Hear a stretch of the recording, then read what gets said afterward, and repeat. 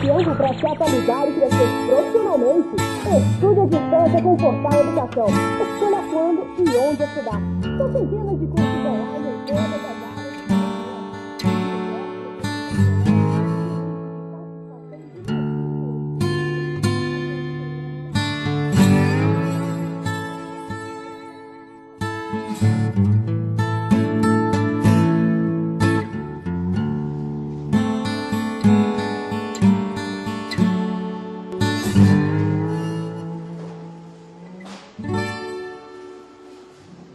E aí? E aí?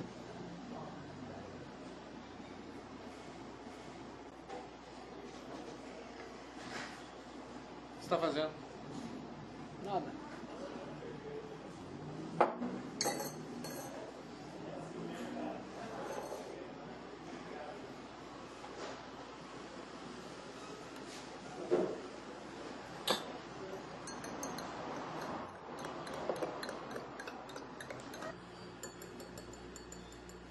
Você viu lá o lance de concurso pro portal?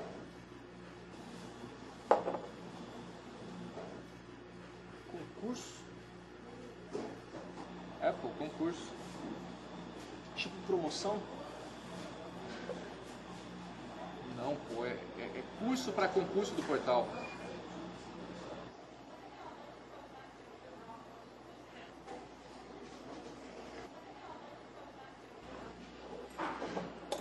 Ó, gurizada, não tô mais fazendo piada não, hein?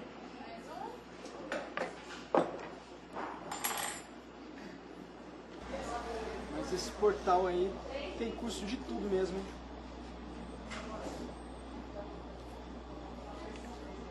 Mas, ó, eu duvido que alguém vai querer fazer curso pra promoção, mano. Não é promoção. É curso pra concurso do portal.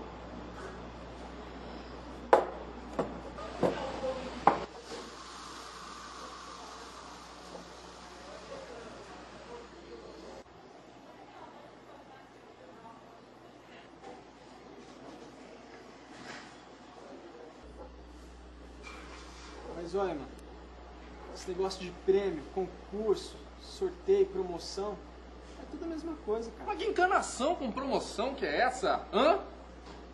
Eu tô falando que é estudar. Estudar pra concurso.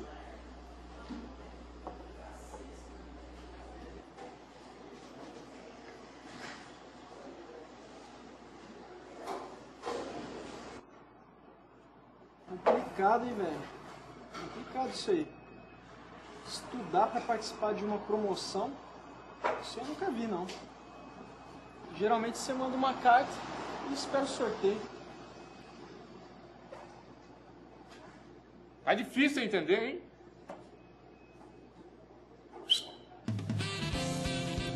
Agora é com você. E o final dessa história? O final mais curtido no Facebook poderá ser produzido pela gente. Acesse portaleducação.com.br/concursos. Participe!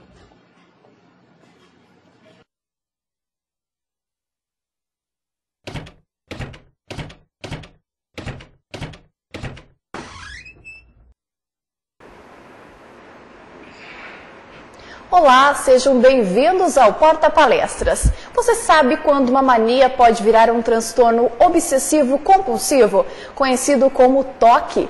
Esse é o assunto de hoje do Porta Palestras. Para falar sobre o assunto, convidamos uma especialista no assunto, Renata Evarini, que vai levantar questões relacionadas à definição de TOC, sintomas e características, tratamento e muito mais. Renata Evarini é graduada em Psicologia pela Universidade Estadual de Maringá, especialista em Ciências da Saúde pela mesma universidade, especialista em Psicoterapia de Orientação Psicanalítica pela Universidade Católica Dom Bosco, psicóloga clínica e hospitalar e atualmente trabalha no Hospital Regional de Mato Grosso do Sul, em Campo Grande.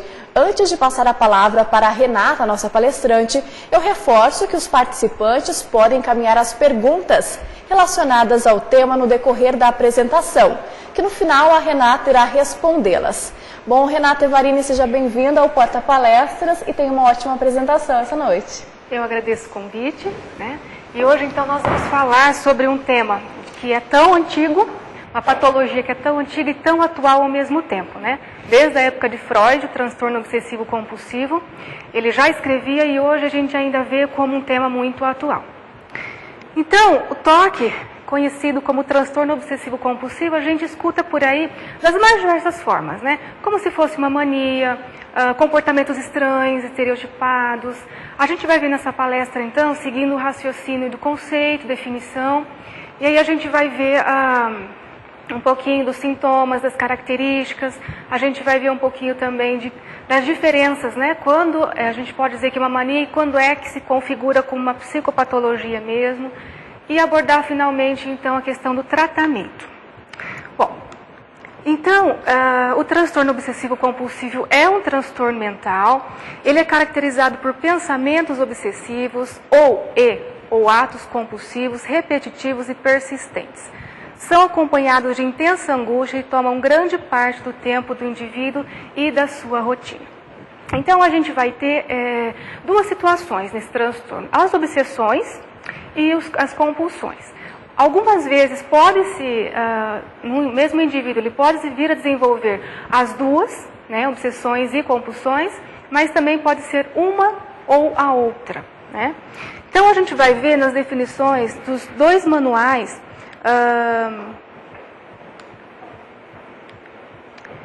os dois manuais que a gente tem, que são os transtornos, a classificação internacional de doenças, o CID-10, e o manual estatístico, que é o DSM-4 que a gente tem, né?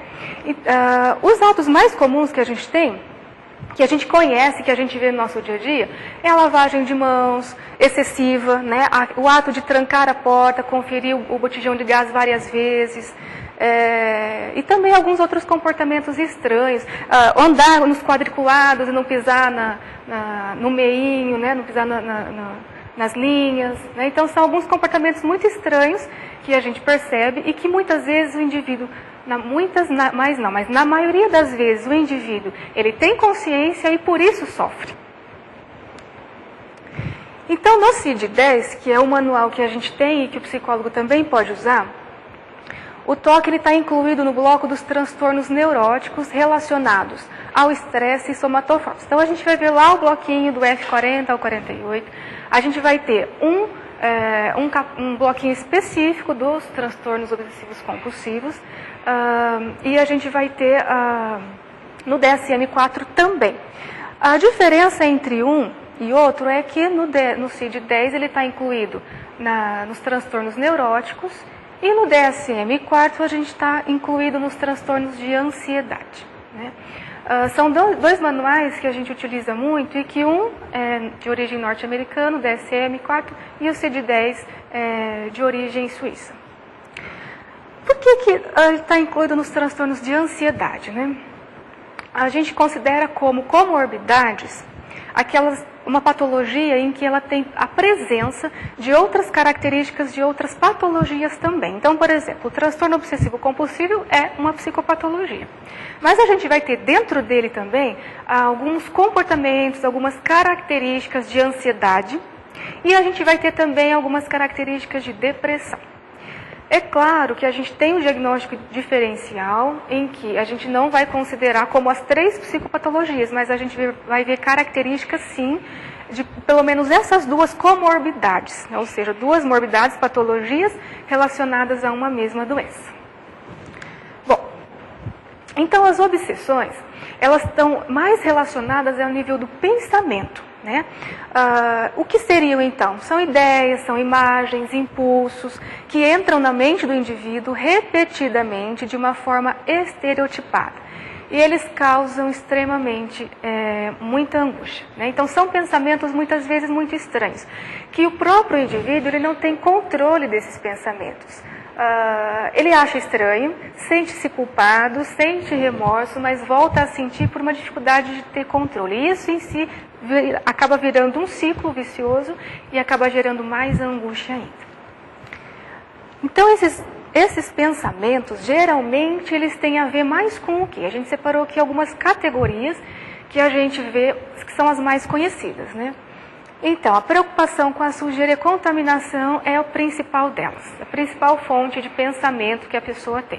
Então, aquela dificuldade de tocar numa maçaneta, lugares públicos, a pessoa ela tem dificuldade no banheiro público, por exemplo, mas não é só uma dificuldade, mas é assim, é uma extrema dificuldade. Então, a gente ressalta sempre a questão da intensidade dessa angústia e dessa dificuldade, né? Sentar em lugares públicos, bancos, praças públicas, geralmente tem a ver com sujeira.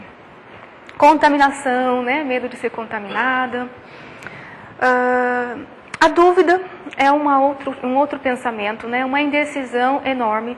Então, o indivíduo, ele vive indeciso, né? Eu vou comprar então uma bota preta ou branca? Isso é motivo de uma intensa angústia e indecisão. Desde os pequenos detalhes da vida cotidiana até as decisões mais importantes e mais significantes que esse indivíduo possa ter. A gente chama inclusive de dúvida patológica, né? Porque dúvida e insegurança todos nós temos, mas em graus e proporções menores. Uma preocupação exagerada com a ordem ou alinhamento, né?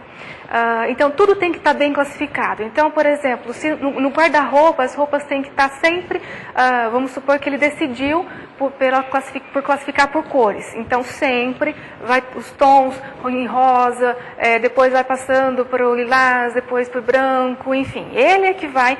Não existe uma sequência lógica para o pensamento. Acho que isso é importante a gente reforçar. Não existe uma sequência lógica. A lógica é para o indivíduo. Ele vai estabelecer a sua lógica e vai definir os seus comportamentos, os seus pensamentos em função disso. Os pensamentos relacionados à agressividade ou à sexualidade. Então, por exemplo, ele está caminhando na rua lá e ele vê um carro e ele fica pensando como se, por exemplo, ele fosse ser atropelado. Então, ele está passando um ciclista na frente dele e ele pensa, né, em atropelar esse ciclista, né?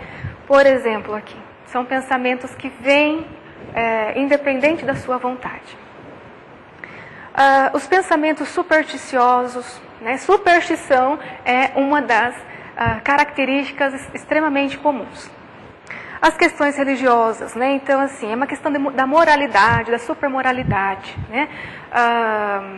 Preocupações com pecado, isso é feio, isso é pecado, isso é nojento, e muitas vezes até pessoas extremamente religiosas.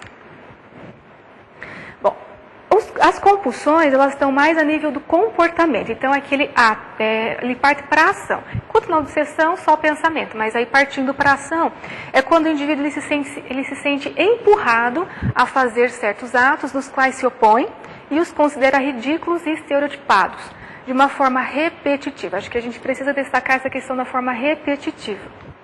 O comportamento ritualístico é uma tentativa de aliviar a angústia. Então, por que se repete? Né? Freud já dizia isso para a gente. A gente repete um determinado comportamento, uma determinada situação, na tentativa de aliviar alguma angústia, na tentativa de resolver determinado problema. Né? É claro que não é resolvido, isso só vai gerar uma angústia maior. Né?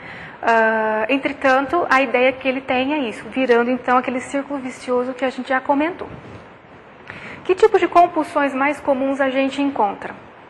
As verificações, aquilo que a gente comentou, de verificar inúmeras vezes no mesmo momento o botijão de gás, se a porta está trancada, se a porta do carro ficou trancada, o vidro, etc. As lavagens, né? Eu me lembro de uma paciente que ela estava num momento muito difícil do seu transtorno e ela me dizia o seguinte, né? Ela tinha um ritual em que ela tinha que lavar a roupa, por exemplo, ela morava numa fazenda que é um espaço onde a gente encontra muita poeira, muita sujeira, e ela dizia o seguinte, para mim lavar a roupa, eu tenho que lavar o tanque, a torneira, mas tem que ser com sabão, depois passar álcool, então todo um ritual.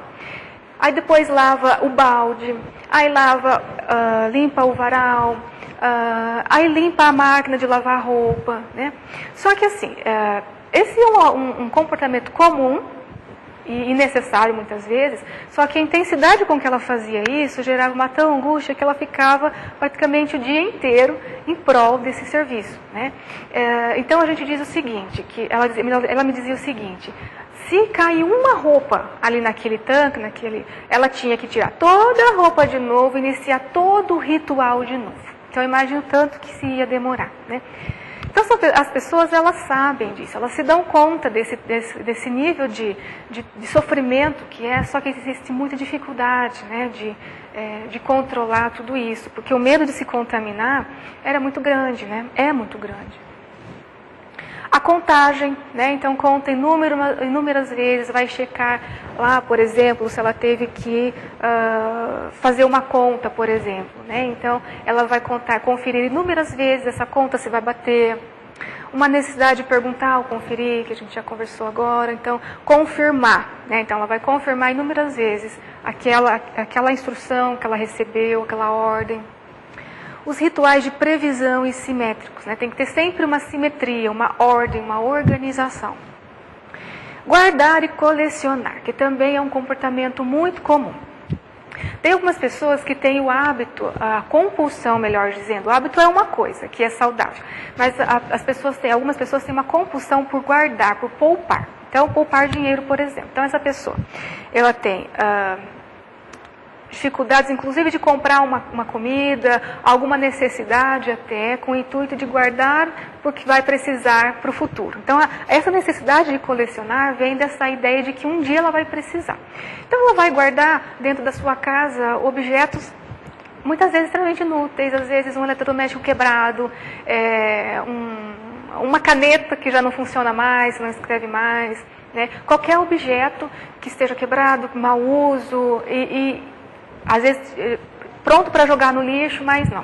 Ela sente essa necessidade de guardar porque algum dia ela vai precisar. Então, justamente por esses comportamentos, esses pensamentos, a gente vai ter algumas características que inclusive são, em alguns momentos, presentes e saudáveis para qualquer indivíduo, né? Então eu costumo dizer o seguinte: eu trabalho num hospital. Eu costumo dizer o seguinte, que é uma questão de necessidade e sobrevivência, a gente lavar as mãos inúmeras vezes, e a gente, na verdade, é obrigado a fazer isso, antes de entrar no setor, depois que sai no setor, antes de entrar na enfermaria, depois que sai da enfermaria, inúmeras vezes, né? Por quê? Porque é uma questão onde a gente tem um lugar específico que é de contaminação, de infecção, e precisa se tomar esses cuidados para que não tenhamos maiores prejuízos. No entanto, a gente tem também algumas questões que tudo tem que ter a dose, a sua medida certa, né? Qual que é a dificuldade, por exemplo, da pessoa que tem o transtorno obsessivo compulsivo? Ela tem dificuldade em controlar os seus impulsos. Então, aquela noção da medida, o quanto poupar, o quanto gastar, em que gastar, aquela noção do quanto lavar a mão porque é saudável, porque é necessário, o quanto essa noção, eles têm extrema dificuldade, e a gente vai entender um pouquinho melhor por que dessa dificuldade de controlar os impulsos mais adiante, quando a gente falar da psicodinâmica, de como funciona a mente dessa pessoa. Bom, as superstições é uma questão muito interessante, né? Porque, então, assim, eu já tive pacientes que me diziam o seguinte: eu fui numa vez, então, por exemplo, aqui, numa prova de autoescola, e eu fui com esse sapato. Então, deu sorte aquele dia, então eu vou repetir. Na cabeça dele, né, existe uma lógica, que nem sempre essa lógica é uma lógica para qualquer pessoa.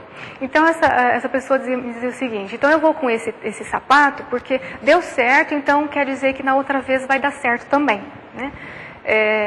Uma outra situação que eu estou me lembrando aqui. Bom, eu fui por esse caminho, né? A pessoa me dizia o seguinte: eu fui por esse caminho fazer um vestibular e deu certo, então agora eu vou por esse caminho também. Então, são lógicas que a gente não consegue entender muito bem o porquê tem esse sentido, né? Questão de números, né? De repente eu tenho mais sorte com esse número. Não, o número 4, né?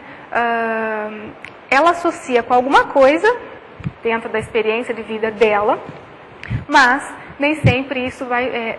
esse pensamento mágico, onipotente, né, de que o que ela pensou é o que vai acontecer, né? E a gente sabe que esse pensamento mágico, ele é muito característico da nossa infância, né? Então, a criança tem esse pensamento mágico, né?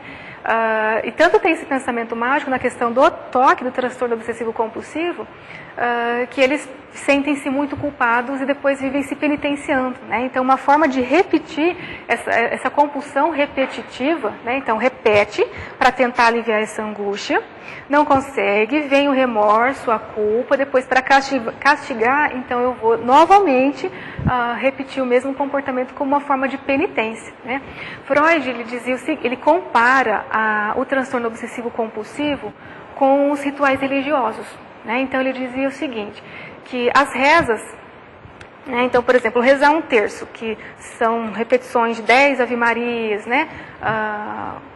Depois um Pai Nosso, mais 10 Ave-Marias, assim por diante, ele está relacionado com essa questão da compulsão. É lógico que a gente não pode dizer aqui que a pessoa que tem a sua religiosidade, a gente não está dizendo que é uma pessoa que tem toque, né? Mas simbolicamente ele associa essas questões religiosas com, inclusive das culpas, né, da penitência. Então, você fez isso de errado, então você vai ter que fazer essa penitência para poder redimir os seus pecados, e assim por diante. Então, uma pessoa que tem uma personalidade muito rígida, né? Dificilmente muda de ideia, é uma pessoa que a gente considera como uma pessoa teimosa, uma pessoa que inflexível. A gente diz que a nossa mente, o nosso psiquismo, ele precisa de um pouco de plasticidade, de flexibilidade, né? O que é isso? A gente precisa se adaptar às novas situações. Então, se eu estou numa situação, muitas vezes imprevisível, e a pessoa que tem o toque, ela tem muita dificuldade de lidar com imprevistos, porque ela tem que ter tudo preparado.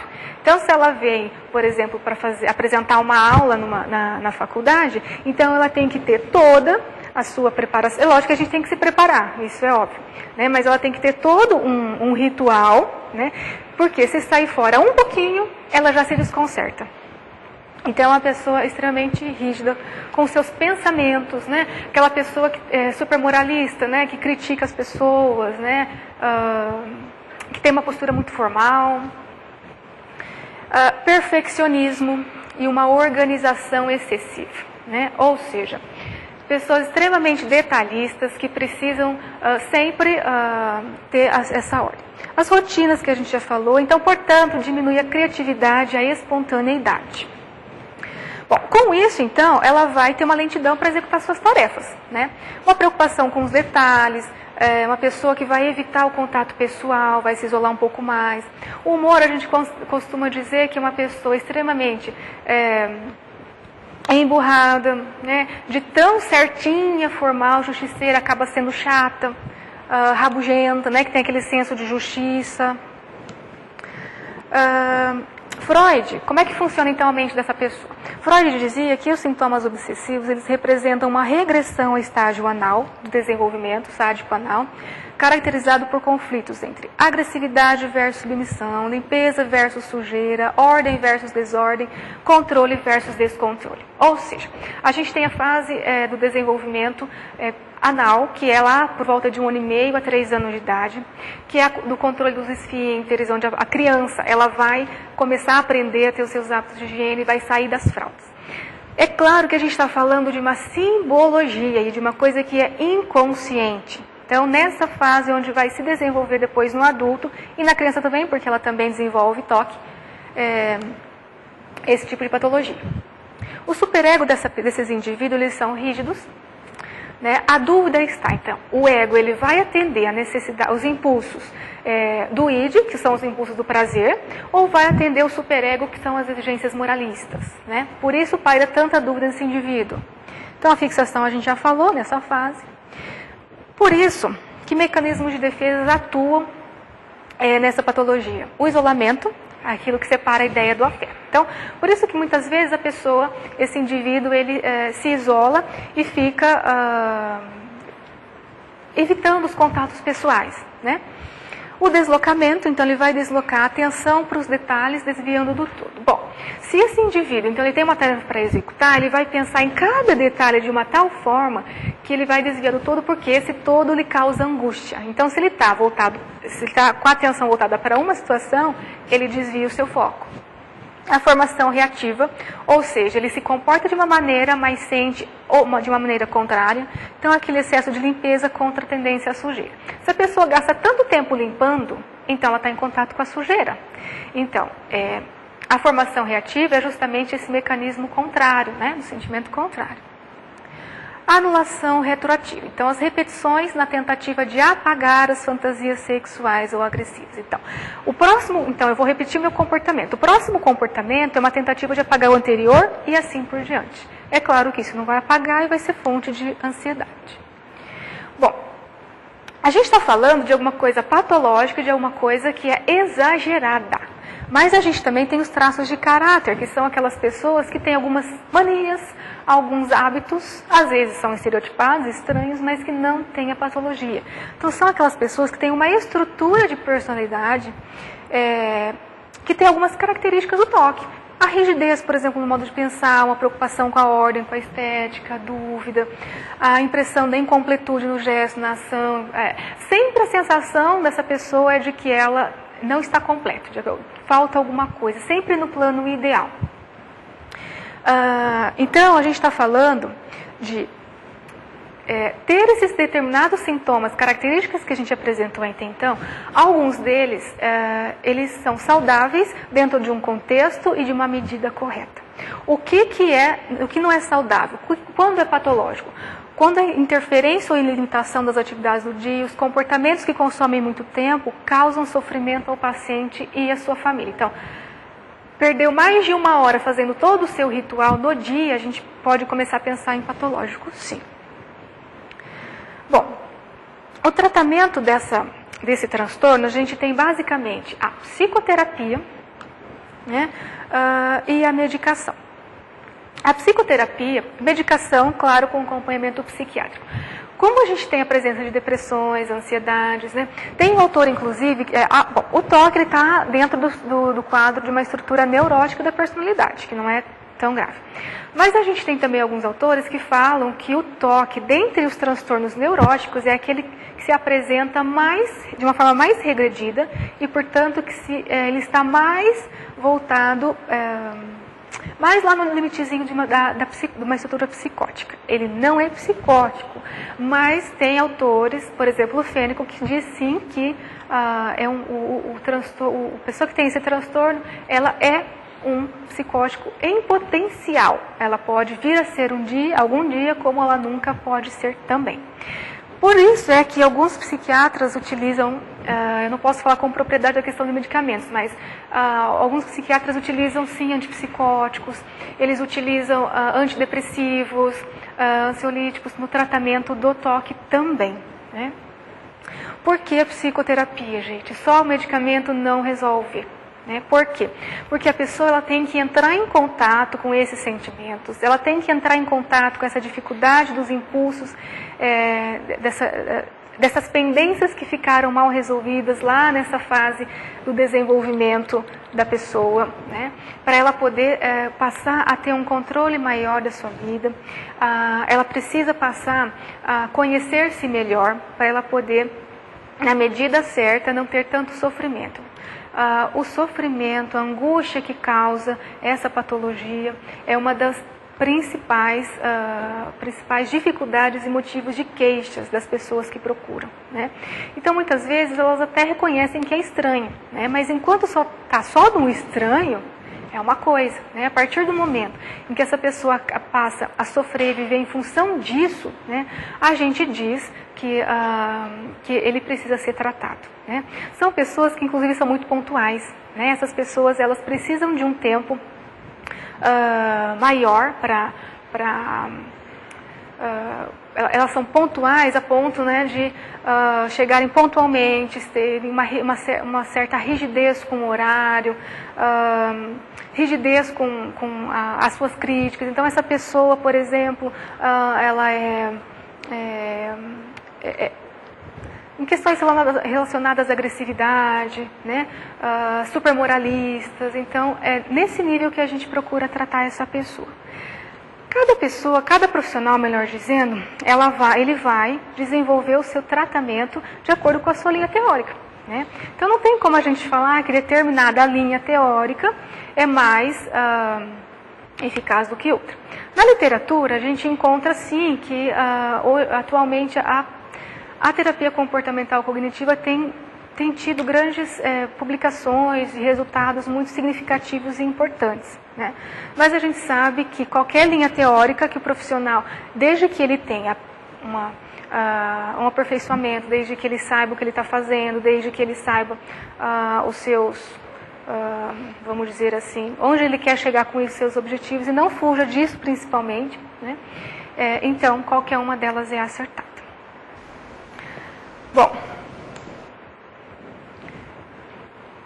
obrigada, né? Nós vamos agora ter um momento para responder as perguntas de vocês. Bom, Renata, a gente que agradece a sua participação. Vou te convidar para sentar aqui, que nós vamos começar as perguntas. Nós recebemos já via chat algumas perguntas, alguns questionamentos relativos à palestra que você ministrou agora. Bom, a primeira pergunta é do Jonathan. Ele é de Minas Gerais. Ele fala que ele tem mania de cheirar os copos antes de utilizá-los. Isso todas as vezes tem um caso de toque, será? Eu acho que entra naquilo que eu comentei, né, em relação à questão do quanto e do quanto isso causa sofrimento, por exemplo, se você não fizer, né? Então, assim, vai ser muito difícil não fazer? Quanto de sofrimento causa isso, né? O quanto de incômodo você sente realizando isso, né? Então, assim, são todas as vezes que você vai beber uma água ou utilizar um copo, né?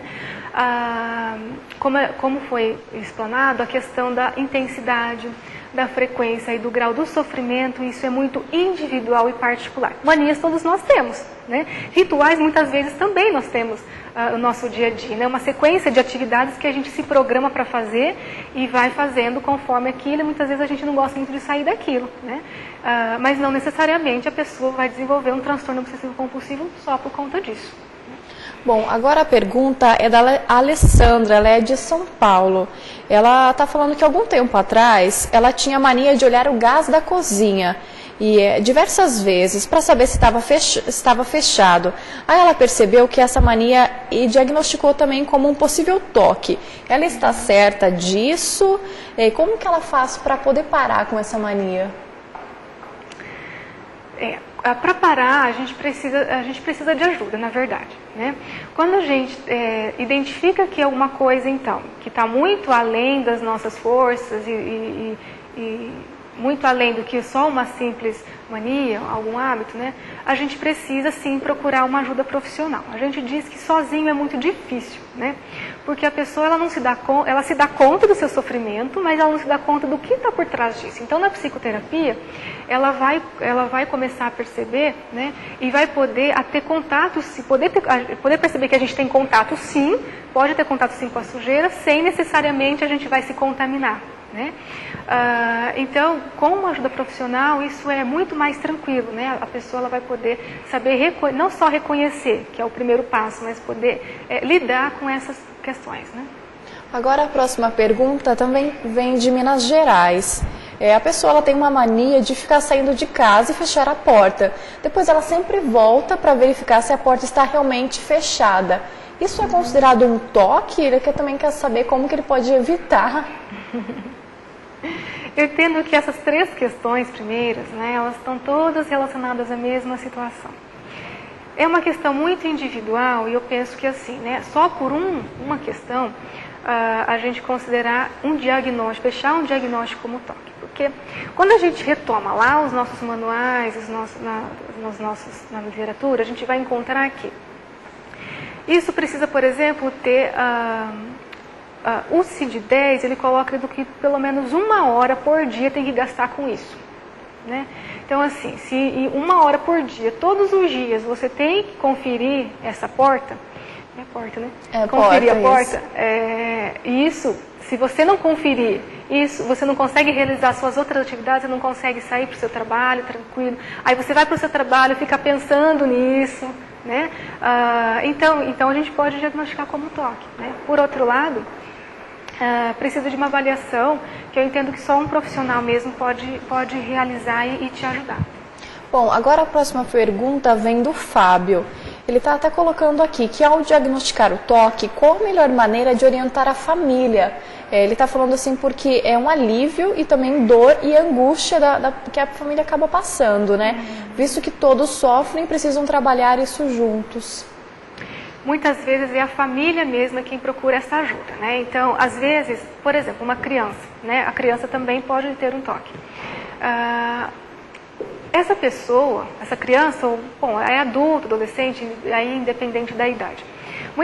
Mesmo adulto, muitas vezes quem procura é a própria família no primeiro momento, porque o grau de sofrimento, a pessoa ela só começa a se dar conta muitas vezes um tempo depois, né? Num primeiro momento, ela sente como uma necessidade e até muitas vezes ela justifica, né, como uma questão de higiene mesmo, de saúde, né? Então, por exemplo, a lavagem das mãos. Ela vai justificar como um hábito de saúde. Então, nem sempre no primeiro momento ela se dá conta, ela tem consciência de que isso está exagerado, né? E muitas vezes é a própria família mesmo quem diagnostica ou sente que alguma coisa está errado e vai procurar ajuda. Quando essa família vai procurar ajuda, quando é criança, a gente sempre faz os acompanhamentos com os pais a nível de orientação, para ajudar esses pais, porque para eles também, como a própria pessoa colocou, é motivo gerador de ansiedade, é um fator de ansiedade e de angústia. Então, a gente faz orientações com essa família, quando é criança, de uma forma mais sistemática. Então, por exemplo, a cada 15 dias a gente convida os pais ou o cuidador para poder vir. E quando é a família de um adulto, muitas vezes eles se sentem também não na obrigação não, mas na necessidade de vir o profissional. Então a gente faz algumas orientações sim para essa família. Bom, agora a pergunta é do Bento, ele é de Taguarituba, São Paulo. Ele está falando com relação aos pensamentos obsessivos. Pode haver, por uma precipitação de diagnóstico, a confusão de psicose com toque? Pode haver uma precipitação de diagnóstico em relação à confusão de psicose com toque? Legal essa pergunta sim, que na verdade a gente tem que ter um diagnóstico diferencial. Eu comentei sim na minha exposição que o toque é considerado um dos grandes, uma das patologias mais regredidas dentro da categoria das neuroses e se aproximando um pouco da psicose. Bom, esse indivíduo pode, como eu falei, ou nunca pode desenvolver um surto. O fato de pensar, de imaginar os pensamentos obsessivos, não se configura necessariamente como uma esquizofrenia, ou melhor dizendo, como um estado psicótico, porque a esquizofrenia é só uma patologia da estrutura do quadro psicótico, né? O que diferencia então? Geralmente, a pessoa que tem o toque, ela consegue ter a consciência disso. E uma das grandes diferenças é a questão da adaptação à realidade. O psicótico, ele tem essa confusão justamente porque ele não sabe diferenciar o que é real muitas vezes, nos momentos de surto ou de uma fase mais complicada da doença, ele não consegue diferenciar o que é normal e o que é patológico, né? No caso melhor dizendo, ele não sabe diferenciar o que é real e o que é imaginário. Ou a pessoa que tem o toque, ela consegue diferenciar, né? Então, assim, os pensamentos vêm, são involuntários, mas essa pessoa, ela sabe muito bem o que é real e o que não é. Então, existe uma adaptação muito diferente da realidade entre uma e outra. Bom, infelizmente, pelo nosso tempo, vamos poder fazer só mais uma pergunta. É da Alessandra. Ela está dizendo que desde que o primeiro marido faleceu de leucemia, ela não pode ouvir ninguém falar que está doente, que logo começa a se torcer e até suspeitar que ela mesma esteja doente. Isso pode ser um toque, Renata? Não necessariamente, né?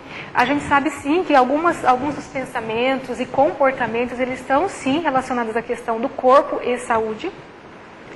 Mas existe uma situação muito particular dessa pessoa que é uma questão de uma perda muito significativa, né? Então a gente está falando de uma perda de um luto ainda, provavelmente essa pessoa ainda está numa fase de luto, onde ela provavelmente passou por uma situação de uma doença, de um tratamento muito desgastante e dolorido, tanto para o paciente quanto para a pessoa, para a família que sofre junto, né? Então, possivelmente pode estar mais relacionado com essa questão ainda, perda, da elaboração desse luto do que de um toque, né? A gente não pode excluir nenhuma dessas, porque só essa informação não é suficiente para a gente montar um diagnóstico, né? Mas é um dado interessante a questão da perda, então, possivelmente dentro da elaboração de um luto, né? Ainda. Bom, então a gente agradece a sua participação, Renata. Eu acho que vale lembrar também aos participantes que eles procurem acompanhamento psicológico, né? Caso apresentem ou verifiquem que possa ser um possível toque por aí. Bom, Renata, eu agradeço a sua participação imensamente aqui no Portal Educação. Eu agradeço a oportunidade de estar aqui com vocês. Bom, por hoje é só. E na próxima quinta-feira tem mais Porta Palestra ao vivo com a qualidade Portal Educação. Até mais!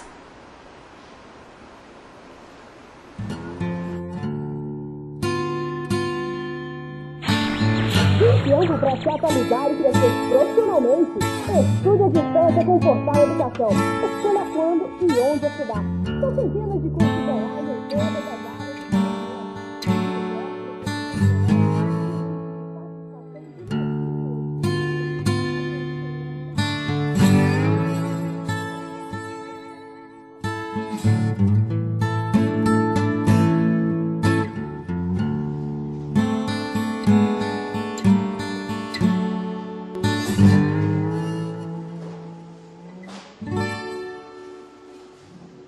E aí?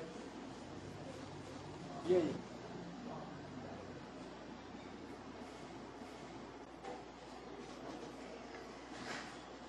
O que você tá fazendo? Nada.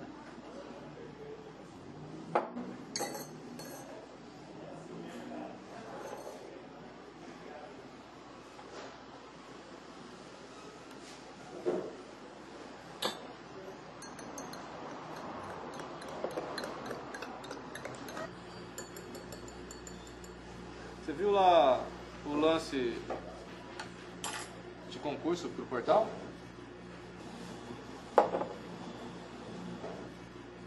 Concurso? É, pô, concurso. Tipo promoção? Não, pô, é curso para concurso do portal.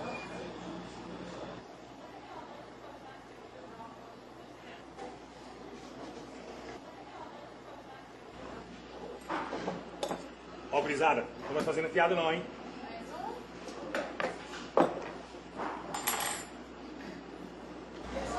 Mas esse portal aí tem curso de tudo mesmo, hein?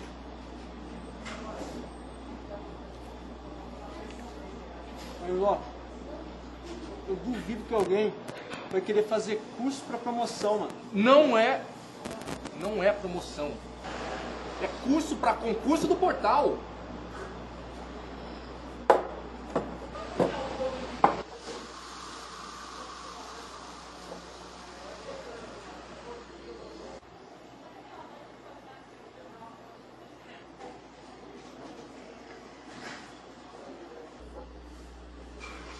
Mas olha, mano, esse negócio de prêmio, concurso, sorteio, promoção, é tudo a mesma coisa, cara. Mas que encanação com promoção que é essa? Hã?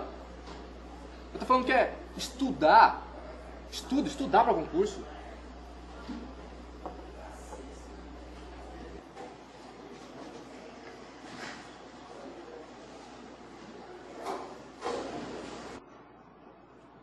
Complicado, hein, velho? Complicado isso aí.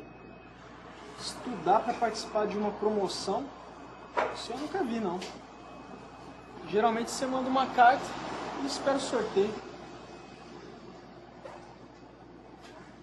Tá difícil entender, hein?